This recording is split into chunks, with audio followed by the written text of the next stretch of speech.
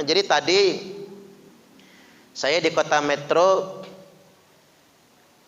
bersama 18 anggota jamaah Islamiyah, Pak. Anggota JI, mereka ikrar melepas baiat terhadap JI dan mereka mengikrarkan kembali kepada negara kesatuan Republik Indonesia. Jadi ini bukan isapan jempol isu JI itu, bukan karangan, Pak. Saya diminta tolongi untuk menceramahi mereka. Ya saya ceramahi dengan baik. Yang tidak menyakiti mereka tapi masuk di mereka. Selesai ceramah saya dengar komentar mereka, terima kasih Pak Ustadz, tausiahnya betul-betul menyentuh. Ternyata selama ini kami semua salah gitu. Kami yakin dan saat ini kami ingin setia kepada negara kesatuan Republik Indonesia. Ya mudah-mudahan mereka istiqomah ya Pak. Allahumma amin, setia. Dan sampai hari ini Pak sudah ada 119 orang anggota JI yang ikrar setia kembali ke negara kesatuan Republik Indonesia. Yang menarik itu saya minta mereka ngomong satu-satu. Itu orang-orang hebat Pak, ustadz-ustadz juga sebetulnya. Ngomong satu-satu apa sebab keterlibatan mereka di JI, Jamaah Islamiyah. Kan itu organisasi teroris. Di antara mereka itu ada yang baru hijrah Pak. Tadinya tukang main judi gitu. Hijrah pengen jadi orang baik, pengen jadi orang soleh, ternyata belajarnya salah gitu. Belajarnya ke kelompok begitu, lama-lama dibaiat dia. Ada lagi di antara mereka itu ya karena pengajian, paling banyak karena ikut-ikut pengajian. Makanya sering saya sampaikan, hati-hati sih Pak kalau ikut pengajian itu. Mending pengajian yang terbuka kayak di masjid kita ini Pak, mending ustadznya kita tahu siapa-siapa. Kira-kira yang cocok di hati bisa diabaikan. Nah kira-kira cocok ambil. Namanya ustadz juga manusia kan, nggak mesti ditelan mentah-mentah. Ini ngaji-ngaji yang kayak gitu, lama-lama direkrut, diajak membenci pemerintah. Ujung-ujungnya negara ini negara togut, kafir. Sampai kemudian dibaiat di Jamaah Islamiyah. Baiat JI itu sederhana Pak, cuman salaman doang, salaman sami'na wa ata'na, selesai baiat. Beda dengan JAD yang Abu Bakar Ba'asyir ya, Jamaah Ansarud Daulah, itu lebih keras, baiatnya lebih panjang juga kalau di situ. Cuman bedanya JAD kan lokal ya, afiliasinya ke ISIS kalau JAD. Tapi kalau JI ini internasional, afiliasinya ke Al-Qaeda, Usamah bin Laden. Bedanya kalau ISIS JAD melarat-melarat. Tapi kalau yang di JI sugih-sugih Pak. Karena pemilik Al-Qaeda itu Usamah bin Laden kan salah satu punya saham terbesar di negeri Arab kan. Makanya kalau kata orang JI itu bintang 5. Kalau JAD itu kaki 5-nya gitu. Sampai sedemikian rupa. Ada lagi mereka tuh begini mau formatnya. Cuman diajak main bola. Lagi main bola, nanti pas jeda istirahat dipinggirkan ke pinggir lapangan, diceramahi, dicuci otak, main bola lagi, pinggirkan lagi, ceramahi, cuci otak. Habis itu ditarik ikut pengajian. Sudah lama ikut pengajian, baiat. Begitu. Ada di antara mereka itu masuk gabung ngaji di pesantren-pesantren. Tapi saya sengaja tidak menyebutkan nama pesantrennya, biar tidak jadi bola liar Pak. Tapi pesantren di Lampung juga, pesantren dan dikenal oleh masyarakat Lampung. Ngaji di pesantren tersebut, ujung-ujungnya lama-lama matang, ujung-ujungnya baiat. Sampai sedemikian rupa. Dari pengalaman 18 orang yang tadi ikrar setia NKRI itu sungguh luar biasa. Saya jadi ngeh Pak. Oh begitu ternyata. Ada di antara mereka tuh yang memang miskin Pak. Ngutang ke tetangga nggak dikasih. Ngutang buat beli beras nggak dikasih. Tapi kalau ngutang ke sono dikasih. Enak berteman ke sini lah kata dia. Sama tetangga pelit-pelit kata dia. Temenan dia sama orang JI. Lama-lama ikut pengajian di JI. Lama-lama kemudian dibaiat. Sampai sedemikian rupa. Jadi memang kita harus antisipasi, memang kita awasi keluarga kita, tetangga kita agar tidak sedemikian rupa. Nah, ada beberapa catatan yang mesti saya sampaikan tentang perkara ini. Yakni pertama tentang doktrin baiat. Sebetulnya baiat itu sudah, doktrin baiat itu sudah dimanipulasi Umat Islam ini nggak punya kewajiban baiat satu-satu tuh nggak ada loh Pak. Nabi membaiat individu itu hanya 3 kali. Bai'ah Aqabah 1, Bai'ah Aqabah 2, dan Baitur Ridwan. Cuman itu saja. Itu pun terjadi sebelum Futuh Mekah semua. Bai'ah Aqabah 1, Aqabah 2 sebelum hijrah. Baitur Ridwan setelah hijrah. Cuman 3 itu saja. Setelah Futuh Mekah tidak ada lagi baiat individu, tidak ada lagi. Individu ke individu. Makanya menurut saya kelompok-kelompok yang mengajak kita baiat kepemimpinan secara individu sudah memanipulasi syariat Islam, sudah memanipulasi Al-Quran dan Sunnah, dan memanipulasi konsep baiat itu sendiri. Tidak boleh yang begitu. Jadi kalau ada orang ngajak kita baiat setia kepada kelompok itu, pemimpin itu, dan tidak mengakui dengan pemerintah yang saya ada sekarang, itu sudah penipuan sebetulnya, modus penipuan, modus cuci otak sebetulnya. Nggak ada baiat begitu. Jadi hendak saya sampaikan kepada segenap kaum muslimin yang nonton nantinya, baiat individu hanya dilakukan Nabi 1 di Bai'ah Aqabah 1, Bai'ah Aqabah 2 sebelum hijrah, dan hanya sekali di Baitur Ridwan ketika Nabi hendak menunaikan ibadah haji dan beliau terancam ketika itu. Di Baitur Ridwan, di Lembah Ridwan. Selain itu nggak ada baiatan lagi. Nah, kalimat baiat dalam hadis itu bukan baiat individu, tapi kesetiaan kepada pemimpin atau pemerintah yang sah. Jadi makna baiat yang sesungguhnya adalah kesetiaan kita kepada pemerintah, siapapun pemerintahnya. Dalam konteks Indonesia siapa? Pak Soekarno, Pak Soeharto, B.J. Habibie, Pak Gus Dur, Bu Megawati, habis itu siapa? SBY, Jokowi. Dan pemimpin setelah itu nanti siapa? Habis Pak Jokowi siapa? Jangan-jangan Suparman Abdul Karim ya Pak. Wih keren. Pokoknya saya kalau jadi presiden sebulan sekali ke Raudatul Makmur saya Pak. Subhanallah. Nggak lupa sama kajian ya. Itu wajib setia itu. Makanya Nabi bersabda, man khala'a dan min ta'atin. Barang siapa yang melepaskan tangannya dari kesetiaan kepada pemerintah yang sah. Jadi ini pemimpin negara, presiden, atau dimanapun negara kita tinggal sebetulnya. Kalau zaman Khulafaur Rasyidin ya kepada Ali, Utsman, Umar, Abu Bakar. Zaman Bani Umayyah, raja-raja Bani Umayyah. Zaman Bani Abbasiyah, raja-raja Bani Abbasiyah. Kalau sekarang ya presiden-presiden kita. Man khala'a dan min ta'atin, barang siapa yang melepaskan tangannya dari kesetiaan kepada pemerintah yang sah, laqiyallaha yaumal qiyamati la hujjatalah. Dia akan ketemu Allah pada hari kiamat nanti tanpa hujah sama sekali, tanpa alasan sama sekali. Kalau kriminal yang lain itu masih ada alasan Pak. Allah nanya, ngapa kamu maling? Bla bla bla bla, orang beralasan. Ngapa kamu korupsi? Orang masih bisa beralasan. Tetapi kalau memberontak kepada pemerintah yang sah, la hujjatalah, tidak ada hujah baginya. Waman mata walaisa fi unuqihi bai'atun. Nah, ini kata bai'at ini yang dimanipulasi orang. Barang siapa yang mati tidak ada di lehernya bai'at, makanya dia ponis kalau bapak belum bai'at mati jahiliyah. Padahal maksud hadis itu bukan bai'at individu. Barang siapa yang mati dalam keadaan memberontak kepada pemerintah yang sah, tidak setia kepada pemerintahnya, mata mitatan jahiliyah, maka matinya mati jahiliyah. Itu maksudnya.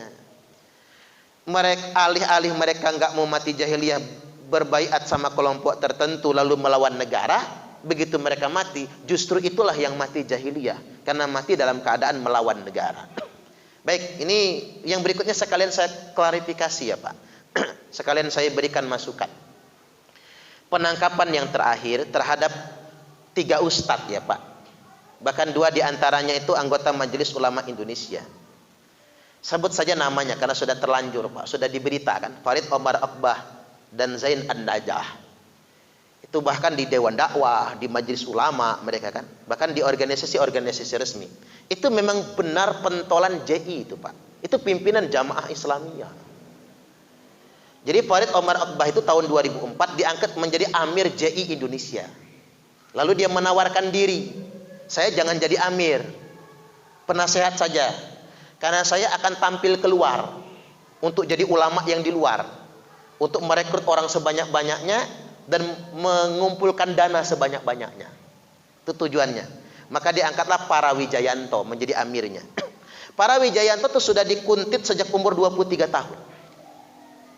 Baru ditangkap 2019, umurnya kalau nggak salah itu 47 tahun. 24 tahun Pak, nguntit Parawijayanto itu. Kemudian dia tertangkap 2019 kemarin, Amir JI berganti. Nah, salah satu pentolannya ini, Farid Omar Akbar. Sebetulnya polisi sudah dari jauh-jauh hari bisa menangkapnya, tapi masih dinego. Bisa nggak orang ini berubah? Benar-benar jadi ustadz, jangan berjubah ustadz. Bisa nggak orang ini berubah setia sama NKRI? Nah, belakangan dia tambah parah. Dua hal yang masalah besar di dia itu. Dia jadi mentor. Ustadz-ustadz muda direkrut, dia mentornya Pak untuk melawan negara. Yang kedua, pengumpulan dana dari masyarakat melalui lembaga amil zakat Yayasan Abdurrahman bin Auf. Dia ngambil dana dari masyarakat, katanya zakat, tapi untuk mendanai kegiatan jamaah Islamiyah, kegiatan terorisme. Sampai sedemikian rupa. Lah kok Ustaz tahu kalau itu memang begitu? Ya teman saya sendiri Pak yang tertangkap soalnya. Betul. Saya tadi datang ke rumah teman saya yang tertangkap itu. Saya kunjungi keluarganya. Ya saya ingin mereka berubah sebetulnya. Nah teman saya ini tukang ngirim duit. Tukang ngirim duit. Karena di JI itu tidak boleh pakai transfer karena ketahuan nantinya. Jadi mereka pakai kirim langsung. Jadi ini bukan isapan jempol, bukan karangan.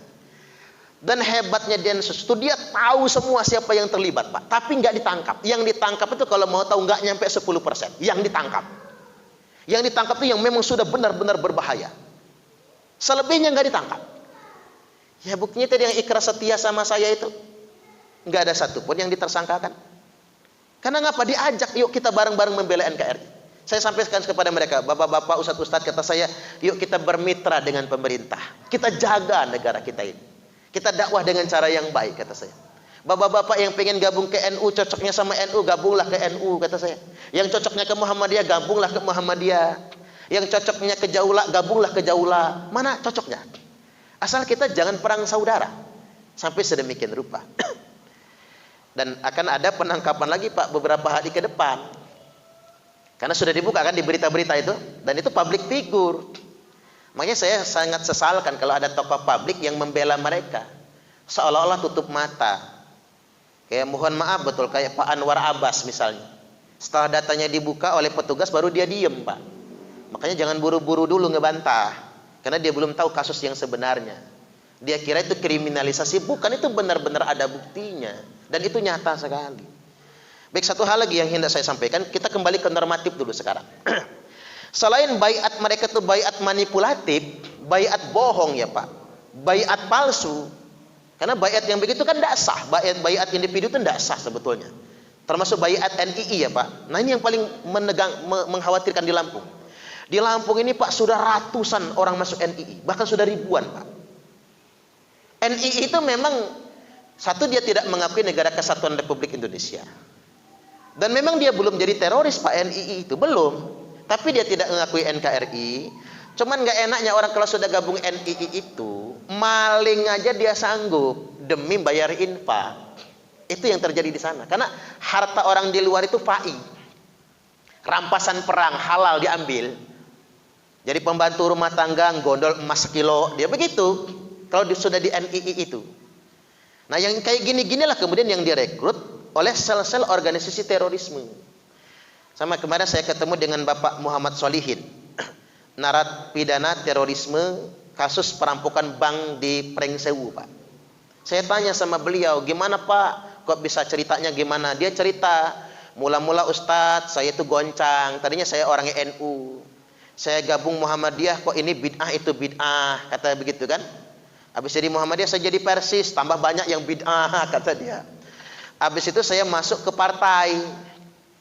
Di partai itu saya ditontonkan video kekerasan Palestina, Chechnya, Bosnia, marah saya.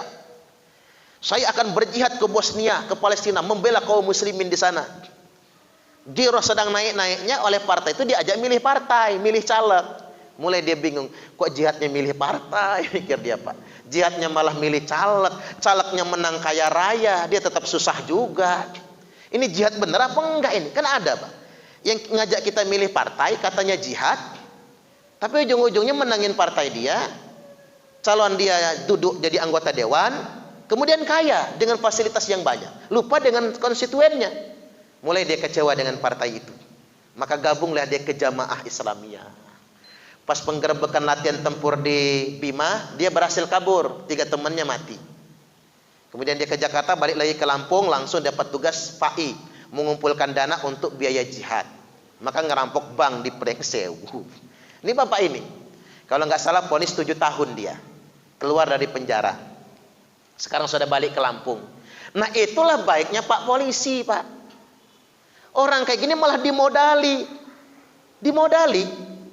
Tujuannya apa? Biar dia nggak balik lagi ke sono.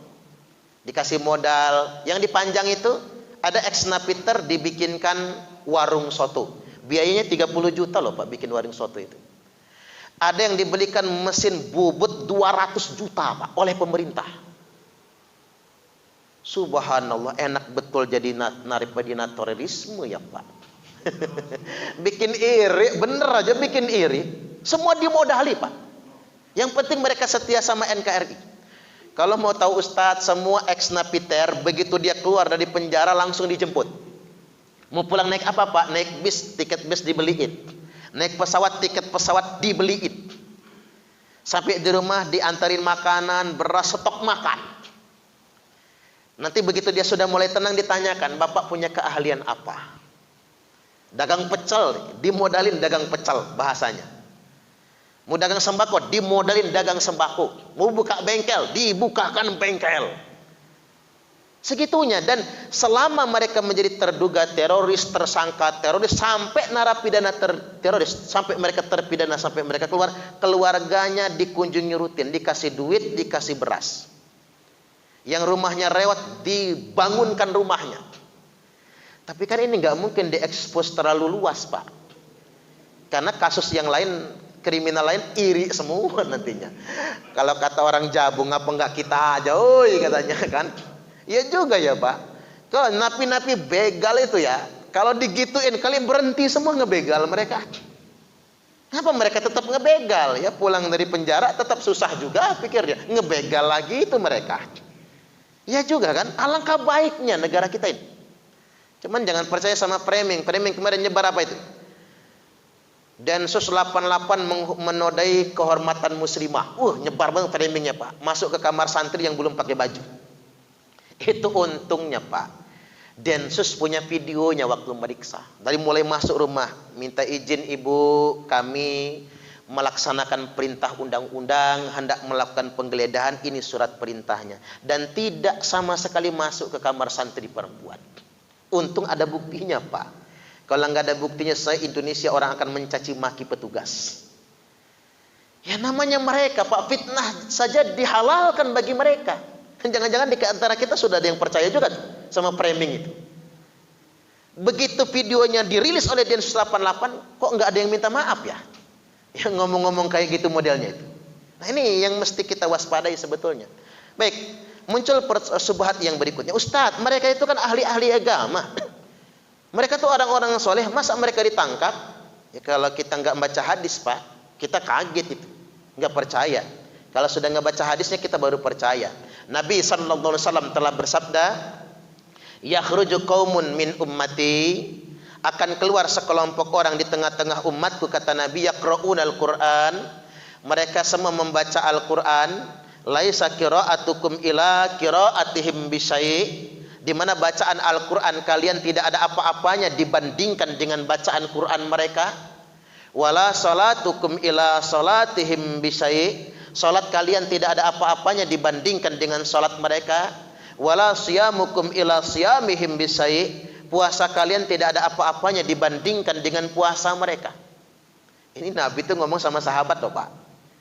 Maksudnya ini, salatnya Abu Bakar nggak ada apa-apanya dibandingkan dengan salat mereka. Puasanya Umar nggak ada apa-apanya dibandingkan dengan puasa mereka. Bacaan Qur'annya Utsman tidak ada apa-apanya dibandingkan dengan bacaan Qur'an mereka. Sampai segitunya. Wa yaqtuluna ahlal Islam, mereka akan menghalalkan darah sesama orang Islam. Termasuk mereka akan menghalalkan darah saudara non-Islam yang mustakman, yang hidup berdampingan dengan kaum muslimin. Makanya kemudian Nabi menegaskan, yahkiru ahadukum amalahu min amalihim. Salah seorang di antara kalian minder kalau membandingkan amalnya dengan amal mereka. Jadi kalau bapak-bapak lihat amalan mereka, kalah jauh kita, Pak. Mereka barangkali TV aja nggak ada di rumah, Pak, karena mereka mengharamkan TV. Nah kalau kita masih lah nonton sinetron kan begitu, solehnya kalah kita, Pak, seperti yang dikatakan Nabi. Cuma Nabi sudah tegaskan di ujung hadis. Apa kata Nabi? Fa idza kharaju faqtuluhum. Maka apabila mereka sudah keluar, kalian tetap wajib memerangi mereka. Tsumma idza kharaju faqtuluhum. Sungguh apabila mereka sudah keluar, perangi mereka. Tsumma idza kharaju faqtuluhum. Sungguh apabila mereka sudah keluar, maka perangi mereka semua. Fatuba liman qatalahum, maka beruntunglah yang mau memerangi mereka semua. Makanya pernah saya sampaikan kan, yang mati syahid itu bukan teroris. Yang mati syahid itu Densus 88 yang memerangi teroris. Ada banyak, Pak, petugas yang sudah jadi korban, cuman nggak diberitakan. Yang di Sumatera Utara, teroris ini bersilaturahim ke Kapolres Tabes, Pak. Datang ke Kapolres, disambut dengan baik, silaturahim. Besoknya dia nyembelih polisi, Pak. Disembelihnya lalu dibakarnya. Itu nggak diekspos karena takut masyarakat ketakutan nantinya. Polisi aja begitu, apalagi orang biasa. Subhanallah. Artinya memang ini emergensi, ini tanggung jawab kita semua. Kalau petugas itu kan berdasarkan undang-undang, mereka sudah penindakan. Nah kita umat Islam di pencegahan. Para kiai, para ustaz. Saya terus terang saja, Pak, ngomong depan mereka tadi, ex anggota JI, itu pakai hati saya bicaranya. Kalau saya nggak pakai hati bicaranya, mungkin ada kecemasan tersendiri. Saya tulus betul buat mereka itu. Ingin mereka itu berubah. Ada dakwah dengan cara yang baik. Ya dakwah kayak kita di Gerakan Serbu kan itu baik benar kan, Pak? Jihad kayak gitu kan, bedah rumah kita. Ini kita lagi mau bedah rumah 2 lagi nih. Daripada jihad ngebunuh orang kan, mending jihad-jihad yang nyata saja lah. Bedah rumah. Orang nggak beli beras, kita belikan beras. Orang nggak bisa berobat, kita bantu berobat. Orang tua susah, kita bantu. Itu jihad yang sesungguhnya. Ngapa jihad harus kita arahkan untuk melawan negara? Tidak boleh yang sedemikian rupa. Karena Indonesia ini negara yang aman, negara yang damai. Tinggal kita membangunnya kepada